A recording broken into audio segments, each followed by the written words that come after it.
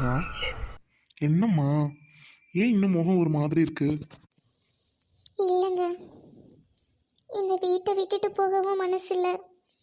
இந்த வீட்டில் நிறைய கஷ்டத்தை அனுபவிச்சிருக்கேன். இங்கேயே இருக்கவும் மனசு வரல. என்னங்க பண்ணுறது? அது மட்டும் இல்லை, ஆயிரம் தான் அவர் எனக்கு துரோகமே செஞ்சிருந்தாலும் அது இவ்வளோ நாள் சித்தப்பாவாக பார்த்துட்டு இன்னைக்கு ஊருக்கு வெளியில் அவரை ஒதுக்கி வச்சிருக்காங்க. அது என்னால் ஏற்றுக்க முடியலைங்க. மகா, அவர் செஞ்ச தப்புக்கு தண்டனை அனுபவிச்சிருக்காரு, அவ்வளோதான். ராஜகுமார், நீங்கள் சொல்கிறது எனக்கு புரியுதுங்க. ஆனால் அவர் எனக்கு சித்தப்பாவா இல்லாட்டியும் நான் அவரை சித்தப்பாவாக பார்த்தேன். அவங்க பையனுக்கு இப்போ கல்யாண வயசு. அவரை நான் அண்ணனாக தான் நினைக்கிறேன். இந்த டைமில் வீட்டை விட்டு வெளியில் அனுப்பிச்சி அவங்களுக்கு வீடு இல்லாமல் இருக்க நிலையில் யாருங்க பொண்ணு கொடுப்பா? அதை நினச்சா கஷ்டமாக இருக்குது. பாவங்க சித்தி. மகா, நீ தேவையில்லாமல் கற்பனை பண்ணிட்டு இருக்க. இப்போ என்ன, உங்கள் அண்ணனுக்கு வெளியூர்லேயே பொண்ணு பார்க்குறாங்க? உங்கள் அத்தை பொண்ணை தானே கல்யாணம் பண்ண போகிறாரு உங்கள் அண்ணன். குண்டூசி அக்கா யாரு? உங்கள் அண்ணி தானே. அவங்க தான் கட்டிக்க போகிறாங்கன்னு ஊர் உலகத்துக்கே தெரியும். இருந்தும் நீ ஏன் பயந்துகிட்டு இருக்க? ஆமாங்க, நீங்கள் சொல்கிறதும் சரிதான். என்ன இருந்தாலும் என் அம்மா அப்பாவை கொன்னுட்டு என் அனாதையே ஆக்குனவர் தானே சொத்துக்காக. அவரை மன்னிக்க கூடாதுங்க. அவர் செஞ்ச தண்டனை அனுபவிக்கிட்டோம். செஞ்ச தப்புக்கு யாராக இருந்தாலும் தண்டனை அனுபவிச்சு தானே ஆகணும். சரியா சொன்ன மகா. அத்தை, நீங்க அத்தைன்னு கூப்பிடுறதுக்கு எனக்கு தகுதி இருக்க என்னன்னு தெரியலைங்க மாப்பிள்ள. ஐயோ சித்தி, ஏன் இப்படிலாம் பேசுறீங்க? சித்தி, நீங்க முன்னாடி எப்படியோ சித்தி, ஆனா இப்பெல்லாம் என்ன சொந்த பொண்ணு மாதிரி நினைக்கிறீங்க. எனக்கு ஒண்ணுனா துடிக்கிறீங்க. எனக்கு இது போதும் சித்தி. நீங்க என் கூடவே இருங்க சித்தி. அத்தை, ஆமாம், நீங்கள் எங்கள் கூடவே இருங்க அத்தை. மச்சனையும் கூட்டிகிட்டு வாங்க. நல்லபடியாக கல்யாணத்துக்கு ஏற்பாடு பண்ணிட்டு எல்லாமே சிறப்போட இனிமேல் நடத்தலாம். வருத்தப்படாதீங்க அத்தை. மாப்பிள்ள, பெருந்தன்மையோட எல்லாத்தையும் சொல்றீங்க சரிதான். ஆனா வேணாம் மாப்பிள்ள, அந்த சண்டாலே பண்ண தப்புக்கு நானும் பிராயச்சித்தம் தேட வேணாம். நானும் தண்டனையை அனுபவிக்கிறேன். சித்தி, தப்பு பண்ணவங்க தான் சித்தி பிராயச்சித்தம் தேடணும். கூடயே இருந்து அந்த பாவத்துக்காக நீங்களும் தண்டனை அனுபவிக்க போறீங்களா? வேண்டாம் சித்தி. அண்ணே வாழ வேண்டியவர், அவருக்கு கல்யாணம் பண்ணணும் சித்தி. அவசரப்பட்டு முடிவெடுக்காதீங்க. நீங்க எங்க கூடவே இருங்க சித்தி. அத்தை, மாமா பண்ண தப்புக்கு நீங்கள் என்ன பண்ணுவீங்க? எங்கள் கூடயே இருங்க அத்தை. மாப்பிள்ள, நீங்க ரெண்டு பேரும் சந்தோஷமா வாழணும். நல்லா இருங்க. நான் இங்க இருக்கேன்னு தெரிஞ்சா அந்த சண்டாலே வம்புக்கு வருவான். என்ன காரணம் காட்டி உங்களை வந்து வம்புக்கு இழுப்பான். என் பொண்டாட்டி எதுக்கு உள்ள விடுறீங்கம்பா. வேணாம் மாப்பிள்ள, அவனை பத்தி உங்களுக்கு தெரியாது, ஆனா எனக்கு தெரியும் முழுசா. அவன் நிம்மதியாக இருக்கவும் விட மாட்டான், நிம்மதியை சாகவும் விட மாட்டான். சித்தி, அப்போ சித்தப்பா தான் உங்களுக்கு முக்கியமா? நான் இல்லையா சித்தி? மகா, அப்படி சொல்ல வரல. நீ நல்லா இருக்கணும். உன் வாழ்க்கையில ஒரு பிடிப்பு வேணும். நீ சீக்கிரம் ஒரு குழந்தைய பெத்தி என் கையில கொடுமா. அதுக்கப்புறம் நான் வாரேன், சரியா? அன்ன வரைக்கும் இந்த சண்டாலே இந்த வீட்டு வாசப்படியை மிதிக்க கூடாது.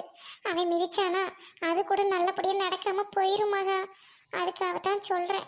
நீங்க ரெண்டு பேரும் சந்தோஷமா இருங்க. நான் வாரேன். குண்டூசி என்னை நல்லா பாத்துக்குவா. நான் வாரம் வாரம் வந்து உன்னை பாத்துக்கிறேம்மா. அத்தை, இந்த மாதிரி சூழ்நிலையில் நீங்கள் தனியாக போகணுமா? ஏன் அத்தை, இவ்வளோ பெரிய வீடு இருக்கு. மாமா பண்ண தப்புக்கு நீங்கள் என்ன பண்ணுவீங்க? அதெல்லாம் ஒன்றும் இல்லை, அக்கா கிட்ட நான் பேசிக்கிறேன். குண்டூசி அக்கா என்னை தம்பியாக தான் நினைக்கிறாங்க. நான் சொன்னால் கண்டிப்பாக கேட்பாங்க. மாப்பிள்ள, நான் என்ன இதுல கேட்டுட்டு வந்து சொல்றேன் மாப்பிள்ள. சம்மந்தி அம்மா மூஞ்சில முழிக்கவே கஷ்டமா இருக்கு. அவங்க என்ன நினைச்சிருப்பாங்களோ? அத்தை, அவங்க ரொம்ப வருத்தப்பட்டாங்க. உங்களை எதுவும் தப்பா நினைக்கல அத்தை. இது வரைக்குமே பயந்துட்டு தான் இருக்காங்க. இனிமேல் ஏதாவது நடந்துருமோன்னு ஆறுதல் சொல்லி ரூம்ல உட்கார வச்சிருக்கேன் அத்தைய. நீங்க வேணா ஒரு எட்டு போய் பாக்குறீங்களா? வேணாம் மகா, நான் போயிட்டு வாரேன். வாரம் வாரம் வந்து பாத்துக்கிறேன். அத்தை, சும்மா கம்முன்னு இருங்க அத்தை, வீட்டோட இருங்க. அக்கா வருவாங்க, நான் பேசிக்கிறேன். இல்ல மாப்பிள்ள, நான் வாரேன் மாப்பிள்ள. மகா நல்லா இருமா. மாப்பிள்ள தம்பி வாரேன். அத்தை, சித்தி, நீ சித்தின்னு நினைக்கிறம்மா. நான் உனக்கு துரோகம் பண்ணிட்டேன். எனக்கு சித்தி போறாங்க, போக வேணாம்னு சொல்லுங்க. ஐயோ மகா மகா. நீ இதுக்கும் ஃபீல் பண்ணாத. அத்தையை சாயந்தரமா போயிட்டு நான் கூட்டிட்டு வந்துடுறேன், சரியா? மகா, நான் ஒன்று சொன்னால் கேட்பியா? சொல்லுங்க. ம். எனக்காக வாழ்றியா? ஆ, புரியல. போனதெல்லாம் போகட்டும். நீ இனிமே எனக்காக வாழுவியா? எனக்காக வாழ தயாரா? என்னங்க நீங்க? நான் வாழ்றதே உங்களுக்காக தான். ஏங்க அப்படி கேட்குறீங்க? என்னங்க, என் உயிரே உங்களுக்காக தான் இருக்கேன். என் வாழ்க்கை முழுசும் உங்களுக்காக தான் இனிமேல் அர்ப்பணிக்க போகிறேன். இந்த மாதிரி ஃபூலிஷான கொஸ்டின் கேட்காதீங்க ப்ளீஸ்ங்க. அப்படின்னா அல்லாதட்டி பொண்டாட்டி வா, நம்ம போயிட்டு வாழ்க்கையை ஆரம்பிக்கலாம். அத்தை சொன்னதை மறந்துட்டியா?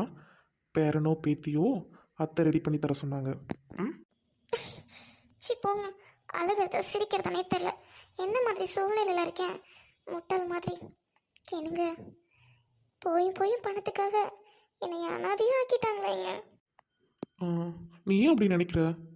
அத்தை இல்லை மாமா உன் வயிற்றில் பிள்ளையாக பிறக்கலாம்ல. அப்படி எடுத்துக்கோடி. பாசிட்டிவாக திங்க் பண்ண, சரியா? எல்லாமே நல்லதுக்கு தான். சின்னம்மா. என்ன சுப்பையா, என்ன மறுபடியும் உங்கள் முதலாளி எங்களை ஏதாவது பண்ண சொன்னாரா? ஏய், ஏன் மகா, அவர் என்ன வேலையை வந்திருக்காருன்னு தெரியல. எடுத்தோம் கவுத்தோன்னு பேசாத. என்னங்க, உங்களுக்கு ஒன்றும் தெரியாது. நீங்கள் கம்மன் இருங்க. இவர் ஏன் வீட்டில் தாங்க இருந்தார். உண்டக வீட்டுக்கு யாராவது ரெண்டக நினைப்பாங்களா?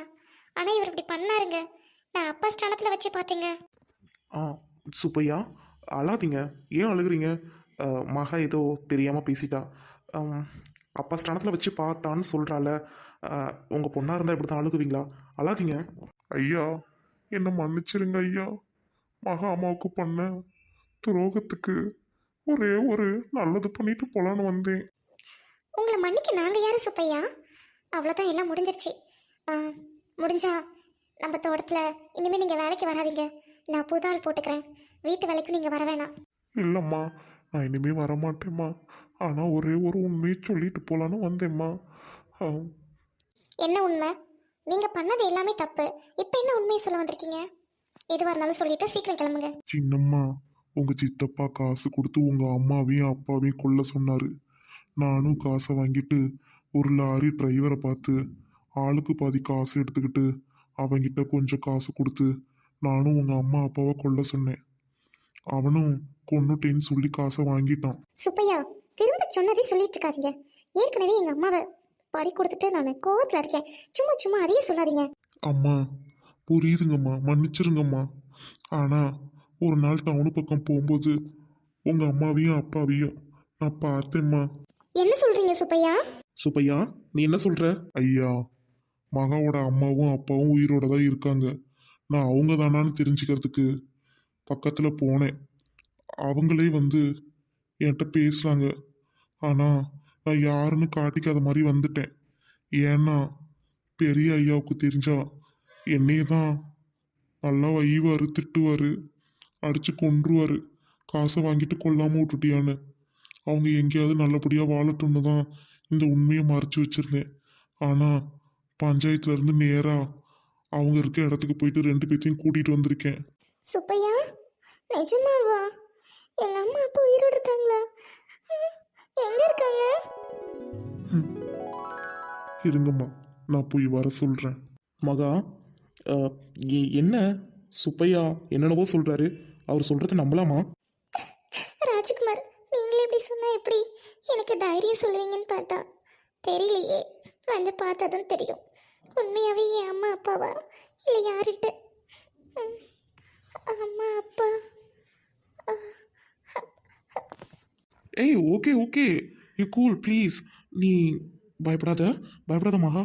நார்மலாக இரு. முடியல. என்னங்க, எங்கங்க இன்னும் காணோம்? மகாலட்சுமி, அப்பா அப்பா அப்பா, நான் மகாப்பா. அப்பா, அம்மா இல்லையாப்பா? அம்மாடி, நல்லா இருக்கியாம்மா? அம்மாடி, அழுவாதம்மா. ஐயோ மகா, அப்பா கிட்ட 4 வார்த்தை நல்லபடியாக பேசுமா.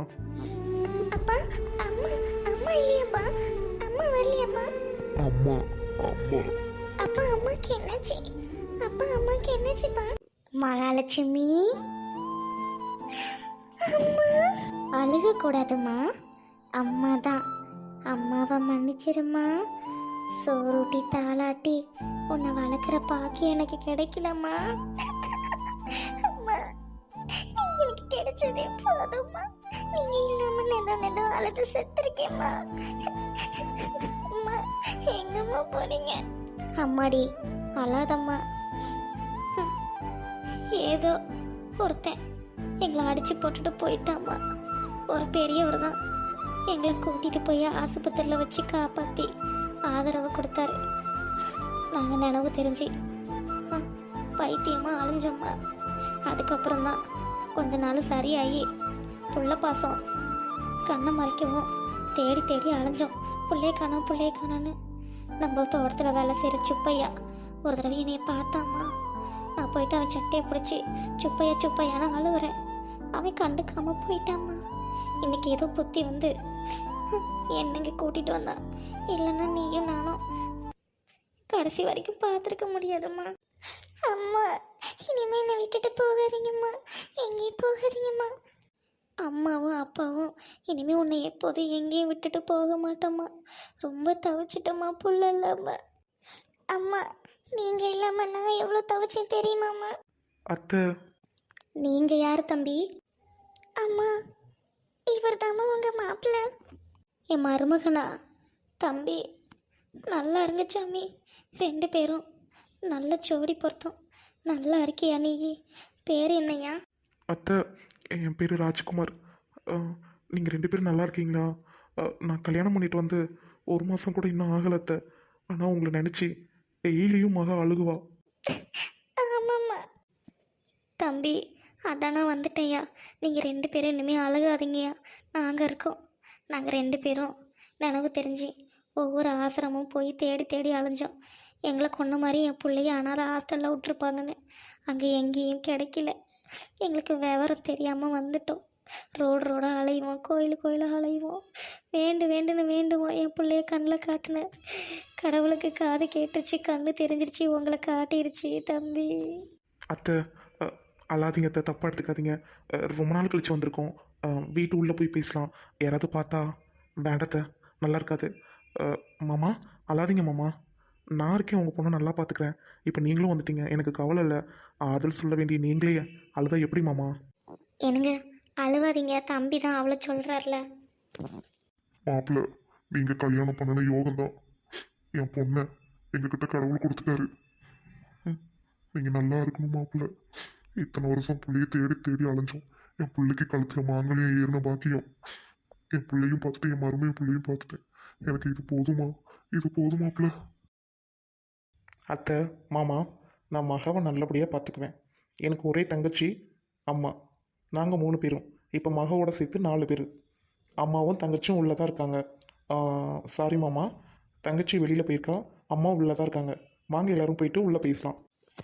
மருமகனே, ரொம்ப சந்தோஷம்யா. நான் கூட என் பிள்ளைக்கு வாழ்க்கைலாம் அமைச்சு தர மாட்டாங்க, கஷ்டப்படுத்துவாங்களோன்னு நினச்சேன். நல்ல வேலை தம்பி, கடவுள் இருக்காரு. என் பிள்ளைக்கு மாப்பிள்ளை அமைஞ்சதும் இல்லாமல் நல்லா லட்சணமாக சினிமா நடிகர் மாதிரி இருக்கீங்க. அம்மா, என்னம்மா வந்ததும் போதும் விடுமா.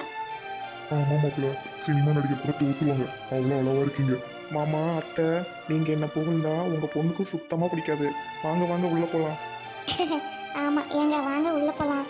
எங்க உங்கள் அப்பா கட்டின வீடுங்க, ஆசையாக நீங்கள் பராமரித்து வச்ச வீடு. வாங்க உள்ளே போகலாம். மம்மி, அவர் அழகா நான் அழகா? ஐயே, என் மாவா தான் அழகு. அழகுக்கேற்ற அழகு கடவுள் அமைச்சு வச்சிருக்காரு. 2 பேரும் பேர் அழகு. வாங்களே சண்டை போட்டுக்காம. ஐயே, என்னங்க இவங்கள பாருங்க, எனக்கே கூச்சமாக இருக்கு. மகா, மாப்பிள்ள தான் அழகு. வா போகலாம். ரொம்ப தான் பண்ணுறீங்க. அம்மா, அப்பா, இருக்கட்டும். சரி, வாங்க உள்ளே போகலாம். குப்பாயி, ஐயா, எதுக்கு இங்கே கூட்டிகிட்டு வந்திருக்க? குப்பாயி, உனக்கு தெரியுமா, இந்த மூலிகை தீர்த்தத்தில் ஃபேஸ் வாஷ் பண்ணனா முகம் சுருக்கமே இருக்காது. ஐயா, இதெல்லாமா நம்புற பிரியா? என்னடி, நீ நம்ப மாட்டியா? குப்பாயி, நீ வேணா இந்த ஓடையில் குளிச்சு பாரு, உன்னோட தலைமுடி கருப்பாக ஆயிடும். ஓ, நீ இந்த ஓடையில் குளிச்சுதான் உனக்கு தலைமுடி ரொம்ப கருப்பாகவும் நீளமாகவும் இருக்கும். ஏய் நிஜமா தான் சொல்றியா இல்லை ஏமாத்திரியாடி? இடியட், நம்பிக்கை இருந்தா குழி, இல்லைன்னா விடு. இந்த தண்ணியில முகம் கழுவினா முகம் சுருக்கமா இருக்காது. என் முகம் நல்லா தான் இருக்கு. உன் வாய்க்கிட்ட மேலே பாரு, சுருக்கமா இருக்கு. உன் தலைமுடி நல்லாவா இருக்கு? நல்லாவே இல்லை, பணம் பழம் மாதிரி இருக்கு. ஏய் பிரியா, தேவையில்லாம நீ என்ன கலாச்சிட்டு இருக்கடி. நான் அழகா இருந்து யாரை பார்க்க போறேன்? நான் என்ன உன்ன மாதிரியே லவ் பண்ணிட்டு திரியிறேன்? இங்க பாரு குப்பாயி, எதோட சீக்கிரம் லவ் பண்ணேன் தான், ஆனா இப்ப இல்ல. நான் தான் விஜய் மறந்து ரொம்ப நாள் ஆகுதுன்னு உனக்கு தெரியாதா? லூஸ் மாதிரி பேசிட்டு இருக்காது என்ன? சத்யா, நீ கொஞ்சம் தனியா இருக்கியா? சரிங்க சார். சத்யா நீங்க இரு. சாரி சொல்றது தானே கேட்க முடியும். சாரி டி பிரியா, நான் அப்புறம் வரேன். பிரியா, என்ன வேணும் உங்களுக்கு? ஆமா, நீங்க யாரு? எதுக்கு இப்போ என்கிட்ட வந்து பேசுறீங்க? பிரியா, ஏன் ஸ்கூல் வர மாட்டேங்கிற? ஃபர்ஸ்ட் நீங்க யாருன்னு கேட்டேன். நான் ஸ்கூல் வரது அப்பாற்பட்ட விஷயம், அது ஏன் தனிப்பட்ட கருத்து. நான் வருவேன், வராம இருப்பேன், ஏன் இஷ்டம். நீங்க யாரு? பிரியா, ஏன் அப்படி எடுத்து தெரிஞ்சு பேசுற? இங்க பாருங்க, உங்ககிட்ட பேசுறதுக்கு எனக்கு டைம் இல்லை. ஆமா ஃபர்ஸ்ட் நீங்க யாரு? எதுக்கு என்கிட்ட பேசுறீங்க? பிரியா, உன் கோவத்தில் ஒரு நியாயம் இருக்கு. நீ நெருங்கி வரும்போது நான் விலகி போனேன். ஆனால் இப்போ நான் வந்து உன்கிட்ட பேசும்போது நீ அவாய்ட் பண்ணுறது எந்த விதத்தில் நியாயம் பிரியா? விஜய் இங்க பாருங்க, நான் ஒத்துக்கிறேன். நான் உங்களை லவ் பண்ணேன், சின்சியராக லவ் பண்ணேன். நீங்கள் என் லவ் அக்செப்ட் பண்ணிக்கல. அதுக்கு 1008 காரணம் இருக்கலாம். நீங்கள் ஒத்துக்காத போது நான் மறுபடியும் வற்புறுத்தினேன். உங்களை வந்து ரொம்பவே டிஸ்டர்ப் பண்ணியிருக்கேன். அதுக்கெல்லாம் சாரி. நீங்கள் ஏதாவது ஒரு கட்டத்தில் என் மேலே உங்களுக்கு லவ் வரும்னு நினச்சேன். லவ் வரலன்னா கூட கடைசியில் ஃபீல் பண்ணிட்டு போயிருந்திருப்பேன். ஆனால் நீங்கள் கேஸ்ட்டை காரணம் காட்டி என் லவ் வேணான்னு சொல்லியிருக்கீங்க. அது உண்மை தானே? அது வந்து போது நிறுத்துங்க விஜய். என்னோட ஜாதி என்னன்னு நீங்கள் தெரிஞ்சுக்கணுமா? சொல்லுங்க. ஜாதி பார்த்து தான் காதல் வருமா? உங்ககிட்ட தானே நான் படிக்கிறேன். என் மேலே உங்களுக்கு காதல் வரலனா கூட பரவாயில்ல. எனக்கு பாடம் சொல்லி கொடுக்குற ஆசிரியர் நீங்கள். நீங்களே ஜாதி மதம் பார்க்கலாமா? சொல்லுங்க. இதுவே நான் வேற பையனை லவ் பண்ணி அவன் ஜாதியை காரணம் கட்டி என்ன வேணாம்னு சொல்லியிருந்தானா நான் ஈஸியாக எடுத்துருந்துருப்பேன். நீங்கள் ஒரு குரு, நீங்களே ஜாதி மதம் பார்க்குறீங்களே, எப்படி சார் உங்ககிட்ட எனக்கு படிக்க தோணும்? அதுதான் சார் ஃபஸ்ட்டு காரணம் நான் ஸ்கூல் வராமல் போனதுக்கு. உங்களை மாதிரி ஆளுங்கக்கிட்ட படிக்கிறதுக்கு நான் இப்படி வெளியில் தெரிஞ்சுக்கிட்டு உருப்படாமையே போகலாம். பிரியா, லவ் பண்ணுறதுக்கு வேணா ஜாதி தேவையில்லாமல் இருக்கலாம். ஒன்று சேர்ந்து நிம்மதியாக வாழணும்னா கண்டிப்பாக ஜாதி வேணும் திவ்யா. உனக்கு நீ சின்ன பொண்ணு சொன்னால் புரியாது பிரியா. போதும் விஜய், ஏதாவது காரணம் சொல்லாதீங்க. இங்கே பாருங்கள், நீங்கள் என்ன லவ் பண்ணியிருக்கலாம். ஆனால் இந்த நிமிஷத்துல இருந்து சாரி. நீங்கள் என்னைக்கு ஜாதி தான் காரணம் உன்னை எனக்கு பிடிக்காததுக்கு அப்படின்னு நீங்கள் பேசியிருந்துருக்கீங்க. என் ஃப்ரெண்டு குப்பாயி அது என்கிட்ட வந்து சொன்னான். அந்த நிமிஷமே நான் உங்களை தூக்கி போட்டுட்டு இன்றைக்கி நான் ஒரு சராசரி மனுஷியாக தான் ஸ்கூல் போகல, ஒன்றும் போகல. ஆனால் நான் நிம்மதியாக இந்த மாதிரி தனிமையில் வந்து சந்தோஷமாக இருக்கேன். போதும் நிறுத்துங்க. இதுக்கப்புறம் என் மனசை கலைக்கணும்னு நீங்கள் நினைக்காதீங்க. உங்கள் மேலே எனக்கு லவ் வராது. லவ் வராதுன்னு நீ சொல்லிடலாம் பிரியா.